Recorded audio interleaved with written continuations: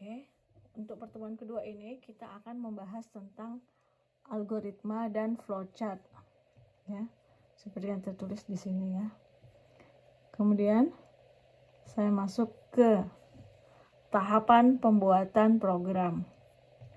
Jadi sebelum program itu jadi, seorang programmer harus membuat step-step atau tahap-tahapan atau step-step ya, step dalam menghasilkan suatu program. Jadi sebelumnya itu terlebih dahulu programmer itu harus dia mampu mendefinisikan dari masalah apa yang akan kita buat atau apa yang programmer ingin buat programnya. Jadi biasanya satu program itu satu masalah yang akan diselesaikan. Jadi harus didefinisikan dulu masalahnya, ya. Kemudian menganalisa masalah yang akan dibahas. Apa itu? Yaitu mencakup pertama tujuan pembuatan program, ya. Tujuan pembuatan programnya. Kemudian dia harus tahu parameter yang akan digunakan. Maksudnya parameter apa? Data-data apa yang akan digunakan. Data-datanya, variabelnya apa nanti, konstantanya apa nanti, outputnya apa nanti. Output itu masuk ke dalam tujuan dari pembuatan program. Kemudian dia juga harus mengetahui fasilitas yang disediakan. Jadi misalnya fasilitas apa yang disediakan dalam suatu misalnya bahasa pemrograman yang nanti akan digunakan itu harus tahu fasilitas-fasilitas yang disediakan. Kemudian algoritma, dia harus jadi dalam pembuatannya itu harus tahu juga algoritmanya. Artinya dia harus membuat dulu algoritma sebelum dia membuat suatu program yang tinggal dimasukkan dalam satu komputer. Kemudian ini yang bahasa pemrogramannya apa nanti yang akan digunakan, karena ada banyak bahasa pemrograman yang tersedia. Kemudian setelah itu merealisasikan dengan langkah-langkah sebagai berikut. Apa itu langkah-langkahnya? Yaitu pertama ini pertama yaitu adalah start, ya. Ini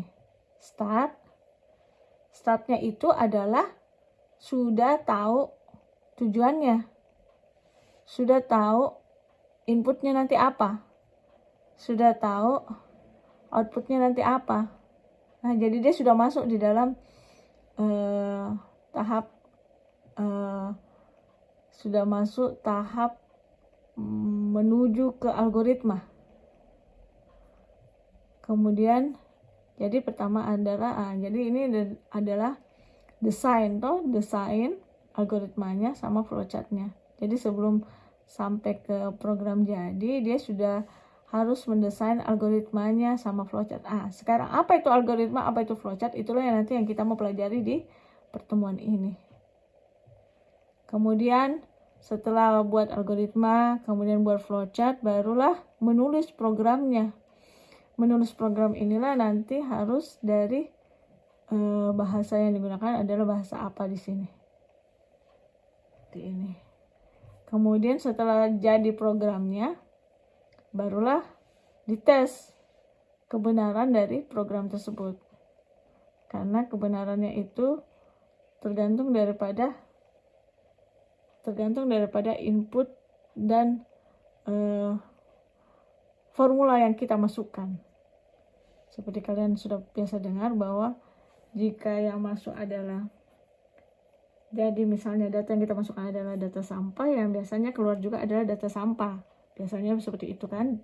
Jadinya perlu ada tes kebenarannya, tes kebenaran dari program tersebut.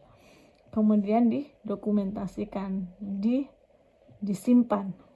Seperti disimpan atau di save gitu ya. Kemudian jadi dalam bentuk arsip. Selanjutnya itu adalah apa itu algoritma? Jadi kita masuk ke algoritma ini. Algoritma itu adalah inti dari ilmu komputer. Algoritma itu adalah urutan-urutan ya,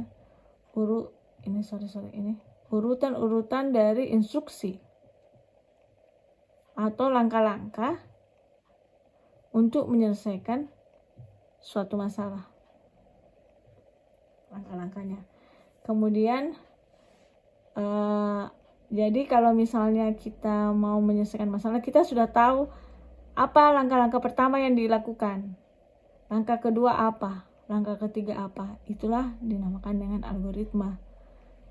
Tentu saja harus ada tujuannya. Misalnya kita mau pergi ke toko beli apa, beli roti misalnya.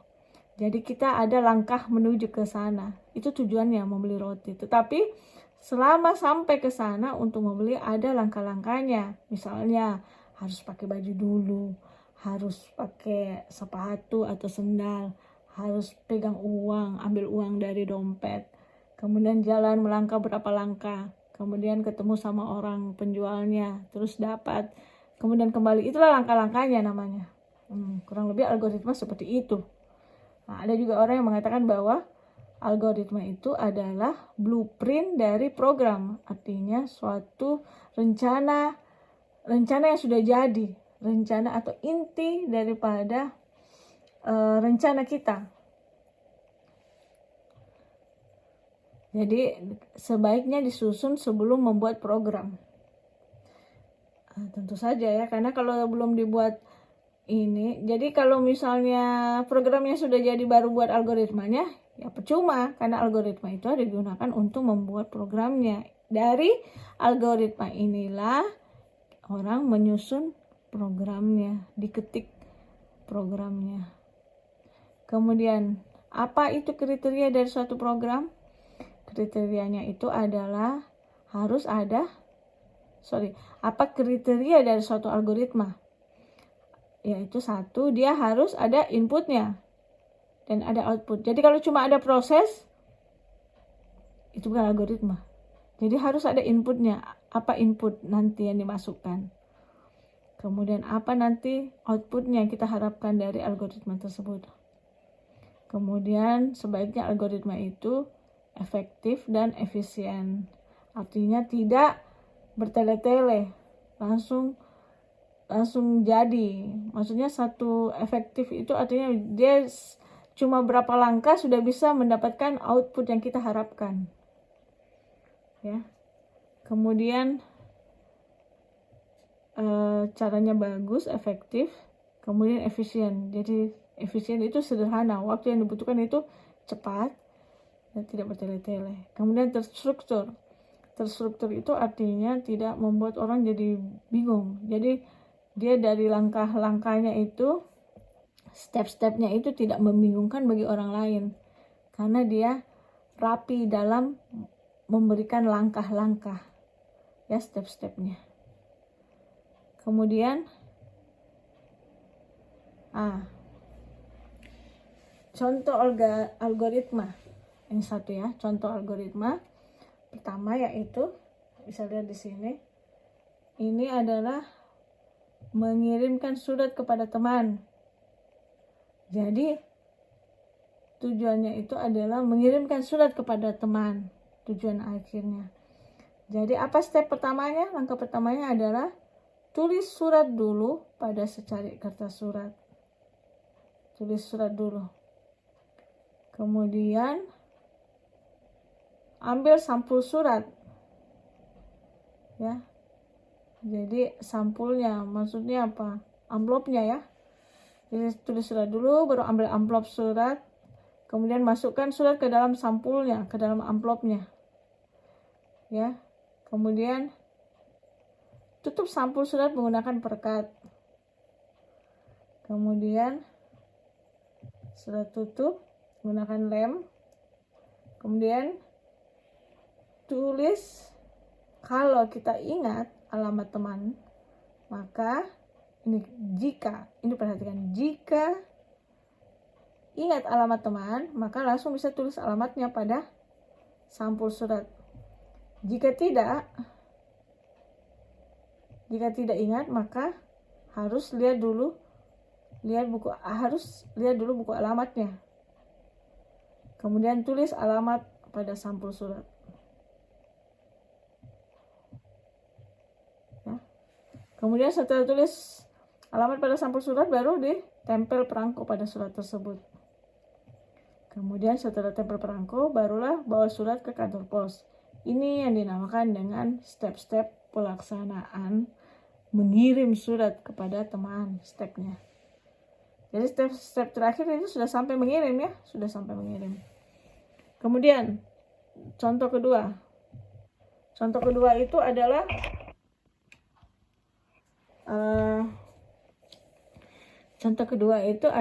mencari akar bulat positif dari bilangan bulat. Jadi kalau dalam ini ilmu komputer biasa kita bilangan bulat itu biasanya disebut dengan integer ya. Integer. Jadi algoritmanya ini adalah mencari akar bulat positif dari bilangan bulat positif A. Jadi mengerti? Jadi misalnya apa ya?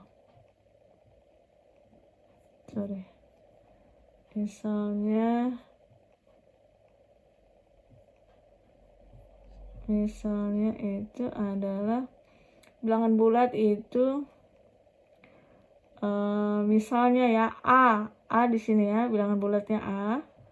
Kemudian masukkan bilangan bulat positif A. Jadi bilangan A di sini.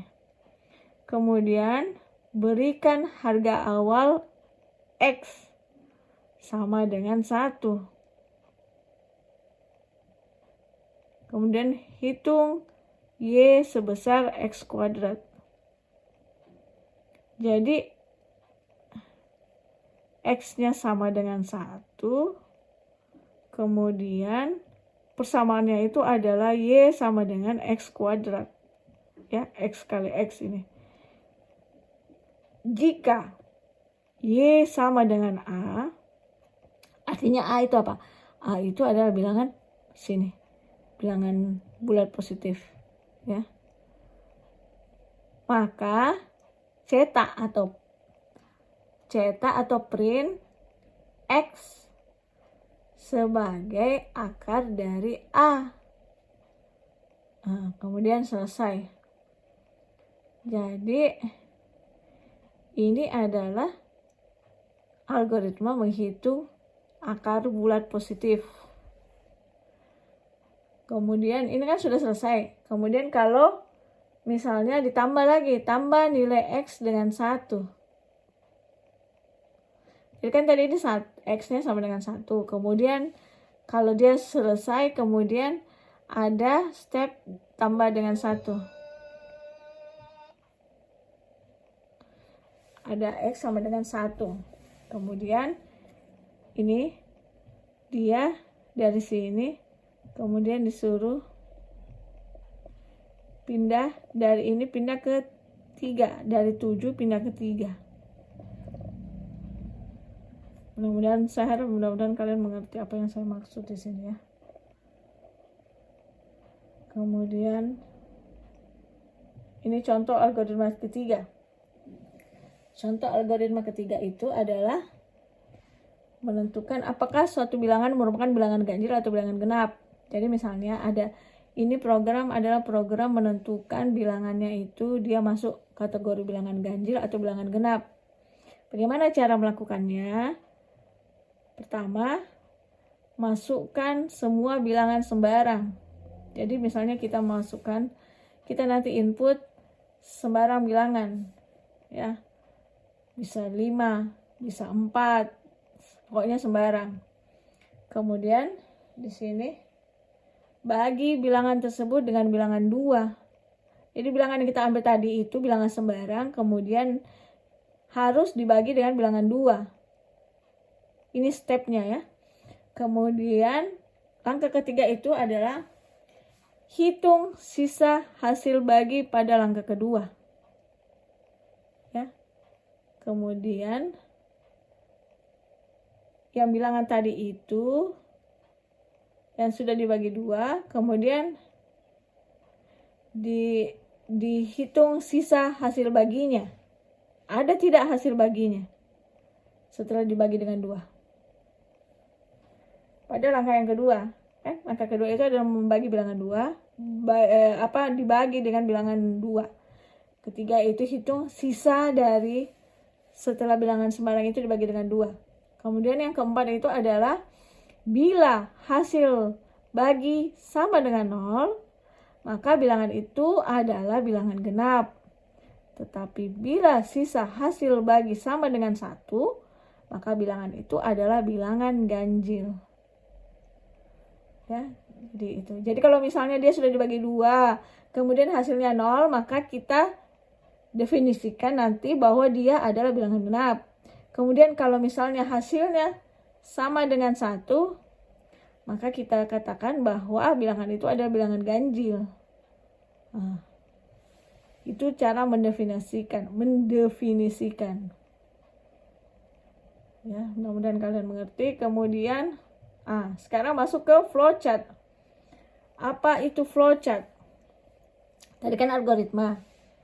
Sekarang itu flowchart sama algoritma sangat berkaitan. Kenapa? Karena flowchart itu adalah membentuk suatu bagan atau skema yang mempunyai arus. Arus itu kayak arah ya, alirannya. Flow kan aliran. Yang menggambarkan langkah-langkah penyelesaian suatu masalah. Jadi yang dari algoritma itu kan algoritma dia menggunakan bahasa tulis ya. Sedangkan kalau flowchart itu adalah membentuk suatu gambar yang sudah ditentukan, gambar dan bagan-bagan. Nah, di sini bisa perhatikan bahwa ini jadi dia dari algoritma ini dibuatlah bagan-bagannya. Ada 2 macam flowchart, yaitu satu sistem flowchart, yaitu urutan proses dalam sistem dengan menunjukkan alat media input, output, serta jenis media penyimpanan dalam proses pengolahan data. Jadi ini sistemnya ya. Sedangkan kalau kita bicarakan program flowchart, ini adalah urutan instruksi yang digambarkan dengan simbol tertentu. Jadi urutan instruksi yang digambarkan ini di sini. Jadi urutan instruksi yang digambarkan dengan simbol tertentu untuk memecahkan masalah dalam suatu program. Jadi ini dari algoritma.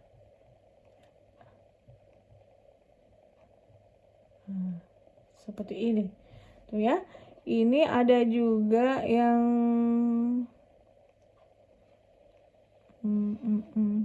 dari sini. Ini bisa ya.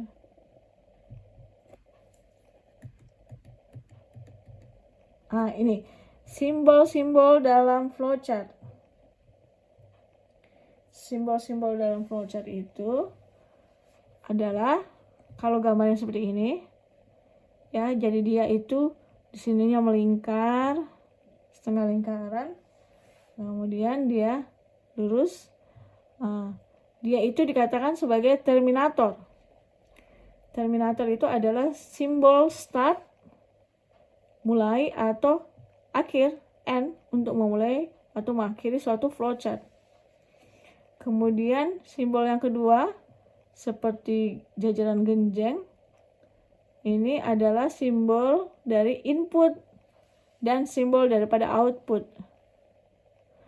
Ini maksudnya adalah digunakan untuk menuliskan proses menerima data atau mengeluarkan data. Jadi kalau misalnya di sini ada rumus-rumus, ya harusnya dimasukkan dalam sini karena itu adalah memprosesnya, prosesnya. Jadi nanti kita masukkan dalam hitungan biasanya kan, kalau kita hitungan, kemudian masukkan dalam situ. Di sini masukkan dalam sini. Kemudian ini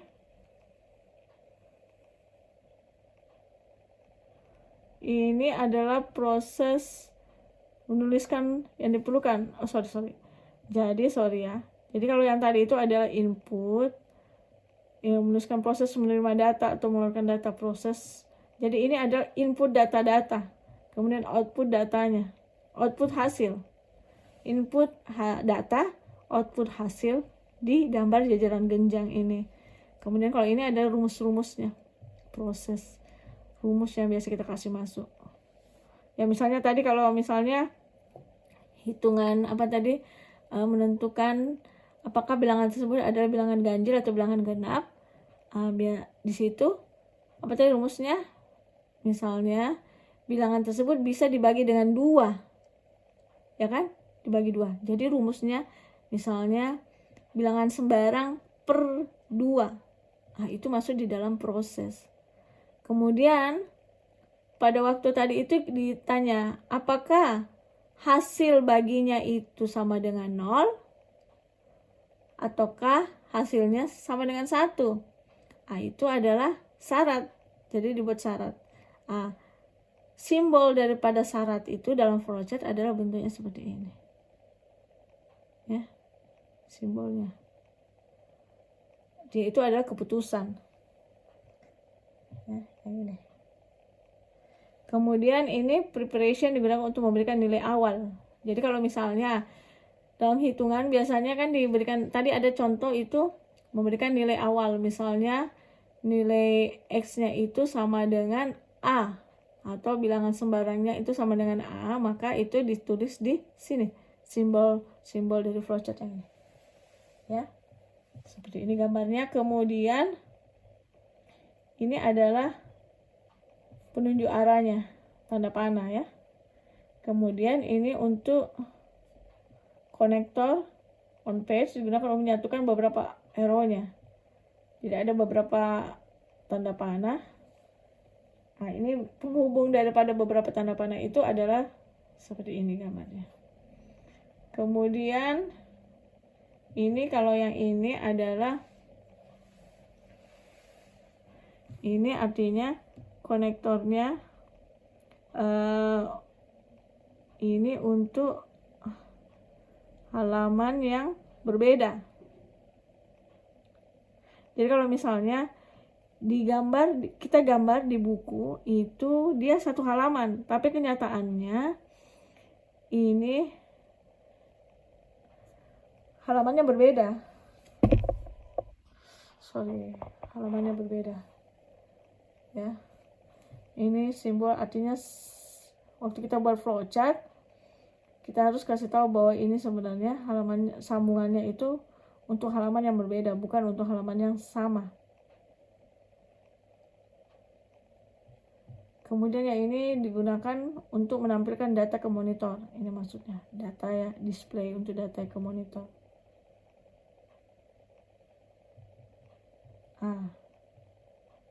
Ini misalnya algoritmanya, misalnya ya, ini algoritma, misalnya algoritma membuat telur dadar. Tapi ini adalah flowchart ya, flowchart. Jadi untuk membuat telur dadar, misalnya pertama start ya, ini simbol start, kemudian preparation, persiapan, nyalakan api kompor, sini, kemudian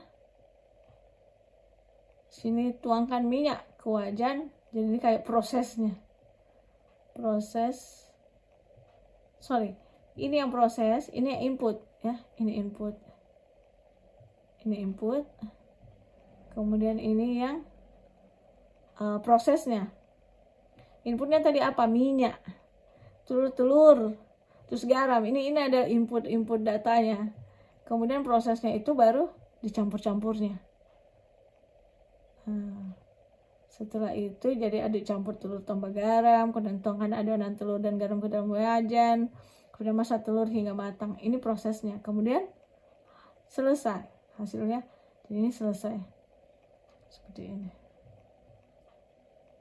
Kemudian saya kembali ke sini ya. Oke. Ini juga ada contoh flowchart ya. Contoh flowchart yang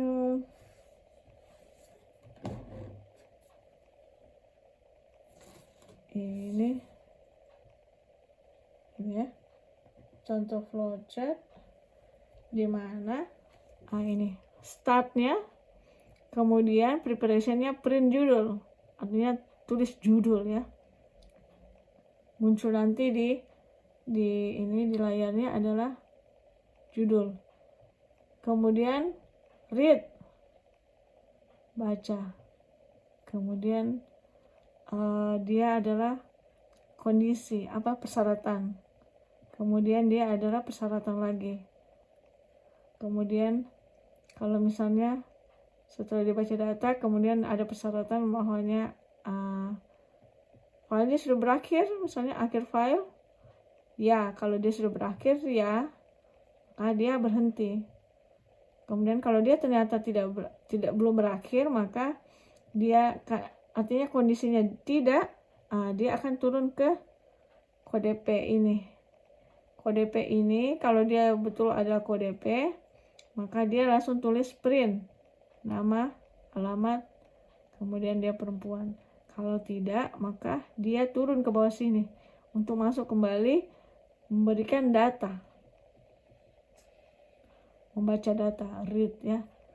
Oke, kalau kalian masih bingung yang di sebelah sini, ini nanti kalian bisa baca lebih mengerti lagi kalau misalnya sudah mulai masuk ke bahasa pemrogramannya, artinya belajar bahasa sintaks daripada program yang salah satu contoh bahasa pemrograman sintaksnya, itu nanti akan lebih mengerti maksudnya.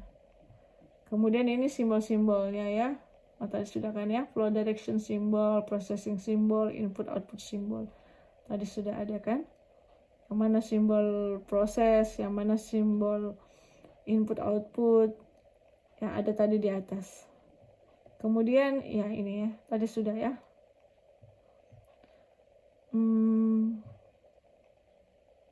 Pembuatan flowchart yaitu disarankan untuk menghindari pengulangan proses yang tidak perlu dan logika yang berbelit. Jadi kalau membuat flowchart itu usahakan logikanya jangan terlalu ribet, jangan terlalu rumit hingga susah dimengerti.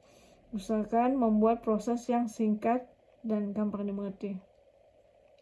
Kemudian jalan proses digambarkan itu dari atas ke bawah dan diberikan tanda panah. Ya, jadi kalau membuat flowchart ada tanda panahnya. Kemudian arahnya itu atas ke bawah, bukan dari kiri ke kanan. Ya, bukan arahnya dari kiri ke kanan, tapi dari atas ke bawah. Kemudian flowchart itu diawali dari satu titik, yaitu start, dan diakhiri dengan end.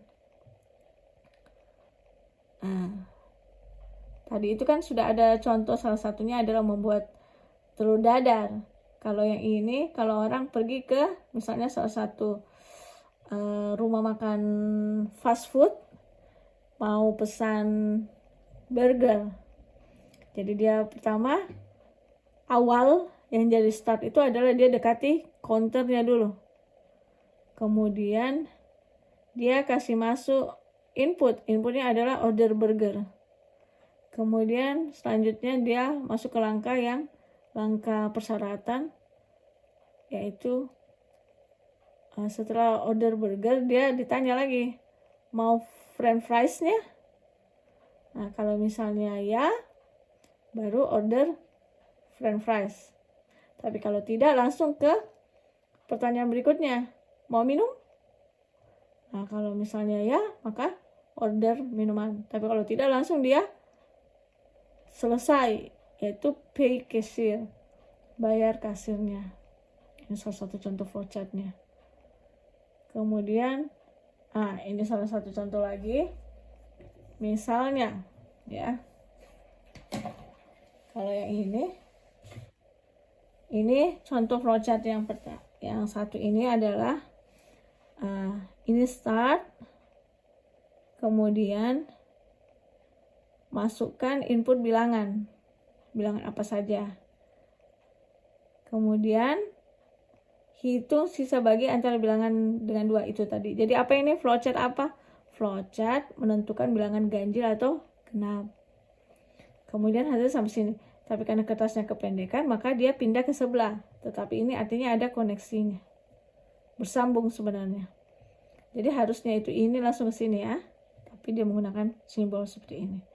Kemudian setelah dia setelah dia proses, barulah dia ditanya apakah sisanya 0. Kan tadi hitung sisa kan, kemudian hasil hitungan sisanya itu ditanya sisanya 0. Kalau ya, maka dia dikatakan bahwa cetak genap. Apa cetaknya di mana ini? Cetaknya kan di komputer ya. Cetak genap, tertulis nanti setelah di run. Lihat muncul genap, kata genap. Kalau misalnya dia tidak, sisanya sama dengan 0, maka ini kan tidak. Nanti kita menuliskan dia nanti muncul di komputer. Setelah di run akan muncul kata ganjil. Setelah ini dia akan berakhirlah ini programnya nanti. Seperti itu, jadi ini flowchartnya ya.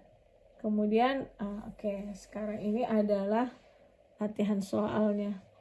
Jadi latihan soal itu saya harap mahasiswa bisa membuat 4 flowchart. Jadi bukan 4 ya. Pertama ada algoritmanya. Soal 1, buat algoritma untuk menghitung luas dan keliling lingkaran dengan masukan berupa jari-jari. Artinya inputnya harus berupa jari-jari untuk menghitung luas dan keliling dari lingkaran. Buat algoritmanya. Kemudian setelah buat algoritmanya, buatlah flowchartnya untuk soal yang ini. Ya. Kemudian nomor 3 itu buatlah algoritma untuk mengecek bilangan di antara 2 bilangan masukan. Apakah sama atau lebih besar salah satunya dan tampilkan hasilnya. Buatlah flowchart dari algoritma pada soal nomor 3 di atas. Jadi maksudnya buat untuk mengecek bilangan di antara 2 bilangan masukan. Apakah sama atau lebih besar salah satunya dan tampilkan hasilnya. Misalnya, kalian itu masukkan angka 1. Kemudian buatlah algoritma yang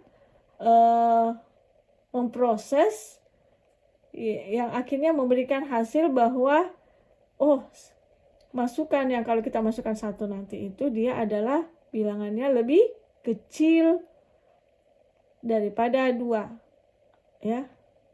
Kalau misalnya kita masukkan 3 kalau masukkan 3, buatlah algoritma di mana nanti setelah langkah-langkahnya dilakukan, hasil keluarannya itu akan menyatakan bahwa dia lebih besar daripada 2. Jadi sama seperti prosesnya waktu kita membuat algoritma menentukan bilangan ganjil sama bilangan genap. Jadi ini mengecek bilangan di antara 2 bilangan masukan, apakah sama atau lebih besar salah satunya. Jadi maksudnya di antara 2 bilangan, bukan bilangan 2, 3, 4 ya. Jadi misalnya masukkan 2 bilangan. Untuk nomor 3, masukkan 2 bilangan itu bisa 1 sama 2. Bisa 2 dengan 3, bisa 3 dengan 4, atau bisa 10 dengan 11. Kemudian kedua bilangan itu diproses untuk menentukan apakah bilangan tersebut sama atau lebih besar. Nah, bagaimana cara menentukan hasil akhir bahwa dia itu nanti akan mengeluarkan output yang menyatakan bahwa dia sama atau dia lebih besar. Nah, itu. Jadi buat algoritmanya. Kemudian nomor 4 itu adalah buatlah flowchart dari algoritma pada soal nomor 3. Artinya algoritma flowchart untuk soal nomor 3 ini. Oke. Nanti kalau ada pertanyaan bisa ditanyakan bisa di sekolahnya, bisa juga di WhatsApp grup ya.